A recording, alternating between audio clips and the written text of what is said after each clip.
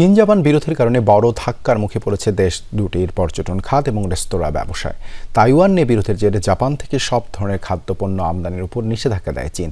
অন্যদিকে চীনের পর্যটকদের উপর কড়াকড়ি আরোপ করেছে জাপান, ফলে ব্যাপক ক্ষতির মুখোমুখি দেশটির ব্যবসায়ীরা। সংকট সমাধানে দ্রুত কূটনৈতিক সমঝোতার আহ্বান জানিয়েছেন তারা। শুধুমাত্র সিটি ব্যাংকে অ্যাকাউন্ট থাকলেই করতে পারবেন গুগল পে, তাই অ্যাকাউন্ট খুলুন আজই।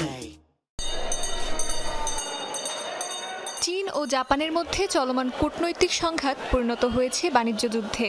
সম্প্রতি বিরোধকে কেন্দ্র করে আবারও জাপানিজ সামুদ্রিক খাবার আমদানি নিষিদ্ধ করেছে চীন।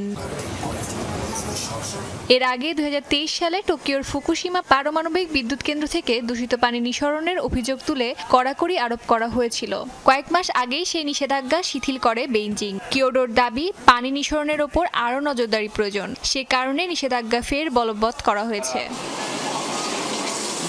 এই বাণিজ্যিক অচলাবস্থায় সবচেয়ে বেশি সমস্যায় পড়েছেন সামুদ্রিক খাবারের ব্যবসায়ীরা। যোগান বন্ধ থাকায় রেস্তোরাঁগুলোয় দেখা দিয়েছে নানামুখী সংকট।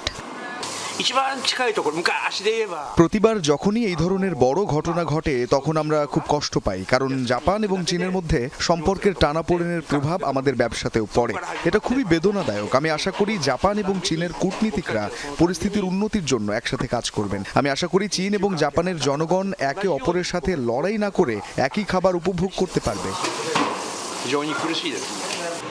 নিষেধাজ্ঞা চাপানোর আগে চীন ছিল জাপানের স্ক্যাল্প ও সি কিউকাম্বারের সবচেয়ে বড় ক্রেতা। দুই দেশের বাণিজ্য বন্ধ থাকায় জাপানের বার্ষিক রপ্তানিতে 1/5 বেশি এখন অনিশ্চয়তার মুখে। শুধু বাণিজ্য নয়, এই সংঘাতের আঁচ লেগেছে পর্যটন শিল্পেও। জাপানের জিডিপির প্রায় 7% আসে পর্যটন থেকে। চীনের তরফে ভ্রমণ বয়কটের কারণে এরই মধ্যে প্রায় 5 লাখ টিকিট বাতিল হয়েছে। ধারণা করা হচ্ছে এর ফলে টোকিওর বার্ষিক ক্ষতি হতে পারে প্রায় $14 বিলিয়ন। বাণিজ্য এবং পর্যটন দুই ক্ষেত্রেই বড় ধাক্কা এশিয়ার দেশটিকে করে তুলতে পারে বিপর্যস্ত। এই দ্বিপাক্ষিক সংঘাত কবে মিটবে সেদিকেই আপাতত নজর বিশ্ব বাণিজ্য সংস্থা আর জোটগুলোর। অস্মিতা বিশ্বাস, যমুনা নিউজ।